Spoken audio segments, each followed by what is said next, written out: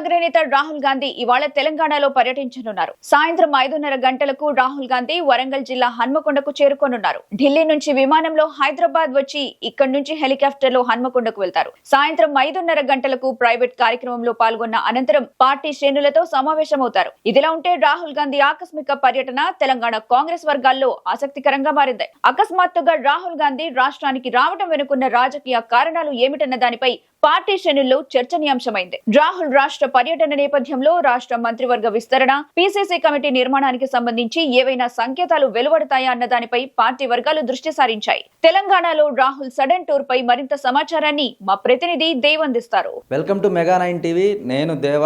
కాంగ్రెస్ అగ్రనేత రాహుల్ గాంధీ అయితే నేడు తెలంగాణ జిల్లాలో పర్యటించనున్నారు. అంటే వరంగల్ జిల్లా హన్మకొండలో నేడు ప్రత్యేక ప్రైవేట్ కార్యక్రమంలో ఆయన అయితే పాల్గొనున్నట్లు సమాచారం. అంటే మొత్తం మీద కనుక మనం చూసుకున్నట్లయితే ఢిల్లీ నుంచి డైరెక్ట్గా శంషాబాద్ ఎయిర్పోర్ట్ చేరుకోనున్నారు రాహుల్ గాంధీ. అక్కడి నుంచి ప్రత్యేక చాపర్లు అయితే హన్మకొండకు వెళ్ళనున్నారు. అంటే ఈ పర్యటనకు సంబంధించి కాంగ్రెస్ పార్టీ శ్రేణులు అయితే ఇప్పటికే హన్మకొండలోని ఆర్ట్స్ అండ్ సైన్స్ కళాశాలలో ప్రత్యేక హెలిప్యాడ్ కూడా సిద్ధం చేసినట్లు సమాచారం. అక్కడికి చేరుకున్న అనంతరం సుప్రభ హోటల్లో కొంత విశ్రాంతి తీసుకోనున్నారు.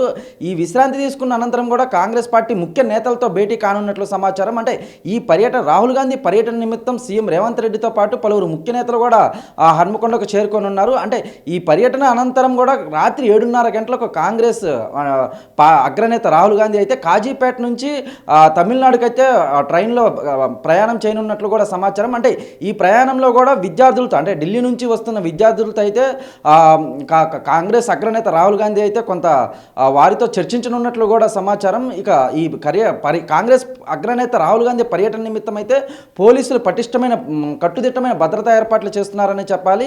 ఈ రాహుల్ గాంధీ అలాగే వరంగల్ బీసీ డిక్లరేషన్ సంబంధించి అయితేనేమి, అలాగే ఎస్సీ వర్గీకరణ, బీసీ కులగణన, ఎస్సీ వర్గీకరణకు సంబంధించి కూడా ప్రజల అభిప్రాయాలు కూడా తెలుసుకోనున్నట్లు కూడా సమాచారం.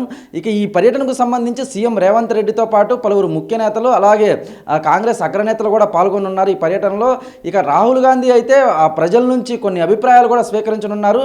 అంటే ఎన్నికల ముందు రాహుల్ గాంధీ ఇచ్చిన హామీలు అయితేనేమి, అలాగే బీసీ డిక్లరేషన్కి అయితేనేమి, వీటన్నిటి గురించి కూడా కొంత మనకైతే సందిగ్ధత వీడి ప్రజల నుంచి అభిప్రాయాలు తెలుసుకున్న తర్వాత ఎలాంటి నిర్ణయాలు తీసుకోనున్నారు, అసలు కాంగ్రెస్ పార్టీ తెలంగాణలో అధికారంలోకి వచ్చినప్పటి నుంచి కూడా ఎటువంటి పథకాలు అమలు చేసింది, వీటి మీద ప్రజల నుంచి రియాక్షన్, అంటే అనూహ్యమైన రియాక్షన్ అయితే కొంత అయితే పాజిటివ్ కొంత నెగిటివ్ రెండు కూడా వచ్చాయి. దీనికి సంబంధించి కూడా కాంగ్రెస్ ముఖ్య నేతలతో అయితే కాంగ్రెస్ అగ్రనేత రాహుల్ గాంధీ అయితే చర్చించనున్నట్లు కూడా సమాచారం. ఇక మొత్తం మీద కనుక ఈ రాహుల్ గాంధీ పర్యటన అయితే తెలంగాణలో నేడు ప్రత్యేక ప్రాధాన్యత సంతరించుకుందనే చెప్పాలి.